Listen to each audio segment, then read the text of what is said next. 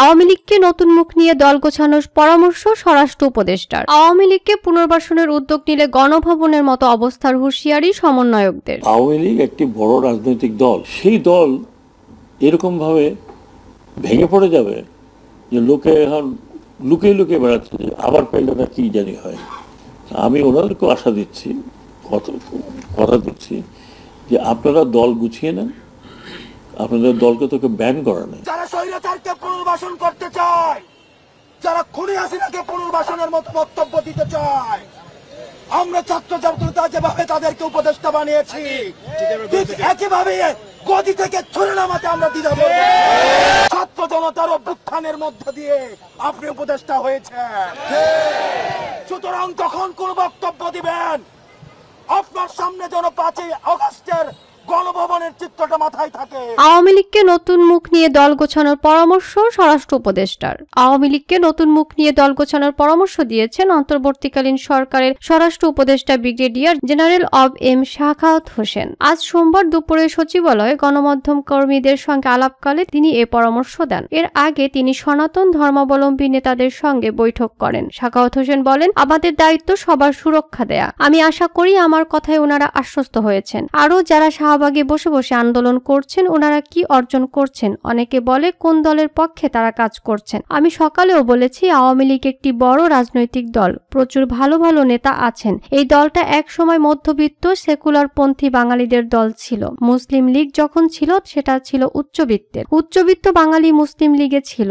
মধ্যবিত্তের তৎকালীন বুদ্ধিজীবী যারা, তারা সক্রিয় না থাকলেও সমর্থন করে। এত বড় মানুষের দল, যিনি এ দেশ স্বাধীন করেছেন, এতে কোনো সন্দেহ নেই, কারো সন্দেহ থাকার কথা না। ওনার নামে মুক্তিযুদ্ধ হয়েছে, স্বাধীনতা এসেছে, তারপরে বাকিটা। সেই দল এরকম ভাবে ভেঙে পড়ে যাবে যে লোকে এখন লুকিয়ে লুকিয়ে বেড়াচ্ছে, আবার পেলে কি জানি হয়। তিনি আরো বলেন, আমি ওনাদেরও আশা দিচ্ছি, কথা দিচ্ছি, আপনারা দল গুছিয়ে নেন। আপনাদের দলকে তো কেউ ব্যান করেনি, জঙ্গি না হলে কোনো দলকে ব্যান করা খুব খারাপ সংস্কৃতি, যোগ করেন তিনি। স্বরাষ্ট্র উপদেষ্টা বলেন, বঙ্গবন্ধু 1972 সালে সংবিধানে কোনো দলের নাম উল্লেখ করেননি। এই পার্টি ব্যান করতে হবে, ওই পার্টি থাকবে না। মুসলিম লীগও তো ছিল। পলিটিক্যাল পার্টিকে ব্যান করা হয় পলিটিক্যাল ফয়দা হাসিল করার জন্য, আমি যেটা বলতে চাই না। তিনি আরো বলেন, রাজনৈতিক দল রাজনৈতিক দলের মতো চলবে। আপনি একে দিয়ে তাকে দিয়ে গন্ডগোল করাবেন, আমি আসতেছি, আমি যাব, আপনি আসবেন, এটা আপনার দেশ, আসেন না কেন? কে আপনাকে বাধা দিচ্ছে? নাগরিকত্ব তো কারো যায়নি।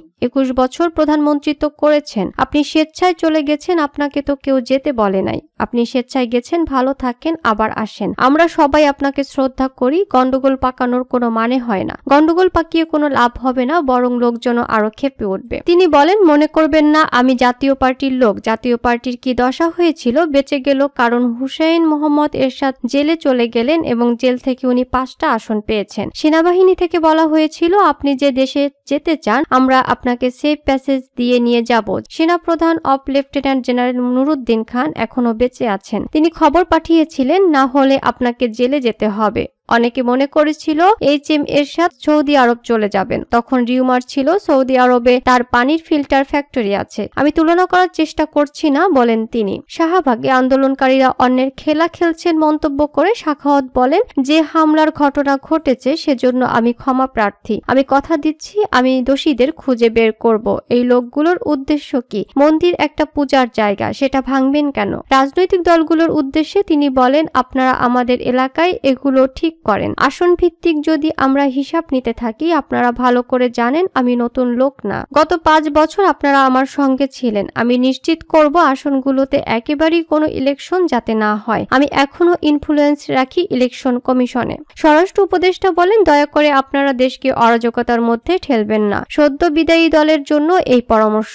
আমরা স্বরাষ্ট্র মন্ত্রণালয় থেকে সহযোগিতা করব। আপনারা দল গোছান, নতুন মুখ নিয়ে, নতুন অঙ্গীকার নিয়ে, এবং আশা করি রাজনৈতিক আইনের মধ্য দিয়ে। আগামী 15 আগস্ট ছুটি থাকবে কিনা সে ব্যাপারে ক্যাবিনেট সিদ্ধান্ত হবে বলেও জানান তিনি। আওয়ামী লীগকে পুনর্বাসনের উদ্যোগ নিলে গণভবনের মতো অবস্থার হুঁশিয়ারি সমন্বয়কদের।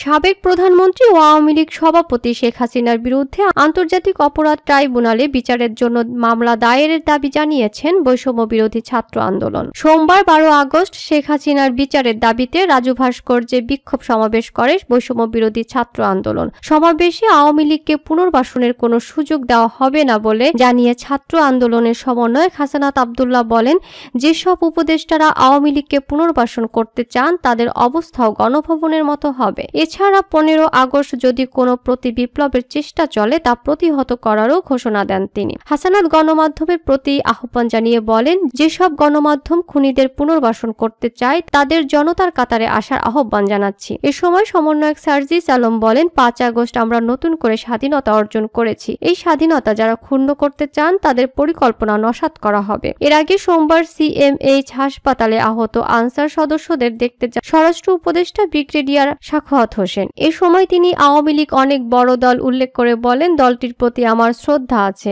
একসময় বাঙালিদের ভরসার জায়গা ছিল।